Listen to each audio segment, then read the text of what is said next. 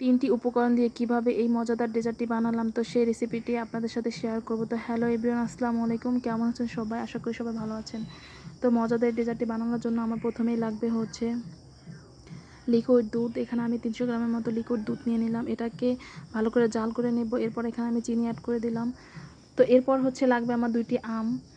তো এই আমটাকে সুন্দর করে কেটে নিব আমি। তো এরপর হচ্ছে দুধটা কিছুটা জাল হয়ে আসলে এখানে আমি কর্নফ্লাওয়ার অ্যাড করব, এটার একটু ঘনত্ব আসার জন্য। তো কর্নফ্লাওয়ার দেওয়ার পরে এটাকে সুন্দর করে নেড়েচেড়ে নিতে হবে। এরপর আমগুলো হচ্ছে ব্লেন্ডারে ব্লেন্ড করে নিতে হবে। তো আপনারা চাইলে অন্যভাবেও দেখা যাচ্ছে ব্লেন্ড করে নিতে পারেন, আমগুলো হাত দিয়ে কিংবা ছাঁকনি দিয়ে।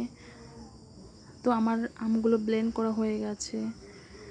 এরপর অনেকটি বাটিতে আমি হচ্ছে লিকুইড দুধ নিয়ে নিলাম। এরপর এখানে ফুড কালার অ্যাড করব।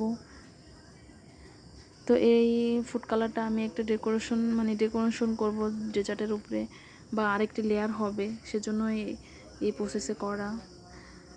তো এরপর হচ্ছে আমি এখানে একটি কন্টেনার বক্স নিয়ে নিলাম। আপনারা চাইলে স্কোয়ার শেপ কাচের বাটিও নিয়ে নিতে পারেন। তারপর এখানে আমি পাউরুটি দিয়ে দিলাম। এখানে আমার 2টা পাউরুটি ধরেনি, তো একটা একটু কেটে দিয়েছিলাম।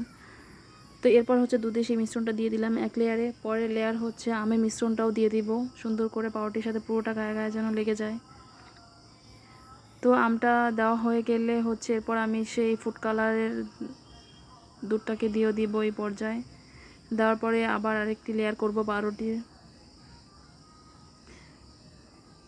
তো পাউরুটি দেওয়ার পরে হচ্ছে আমি দুধের মিশ্রণটা আবারও দিয়ে দিব।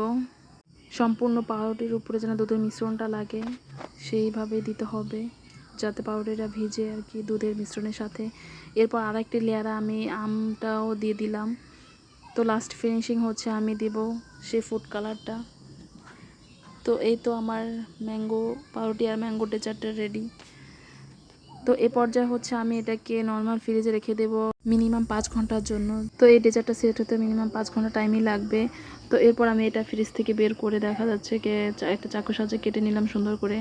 আপনারা আপনার পছন্দ মতো কেটে নিতে পারেন। দেখেন কতটা সুন্দর হয়েছে, আর খেতে অনেকটা টেস্ট হয়েছিল। একবার হলো আম শেষ হয়ে যাওয়ার আগে ট্রাই করে দেখবেন, আশা করি সবার ভালো লাগবে ডেজার্টটি। তো এখন আমি এক পিস আপনাদের উঠিয়ে দেখাচ্ছি, দেখেন কতটা সুন্দর হয়েছে। একবার পাউরুটি গায়ে গায়ে আমা দুধের মিশ্রণটা লেগে গিয়েছে। আর এই রেসিপিটি যদি ভালো লাগে অবশ্যই লাইক, কমেন্ট অ্যান্ড শেয়ার করবেন। টাটা, বাই, আল্লাহ হাফেজ।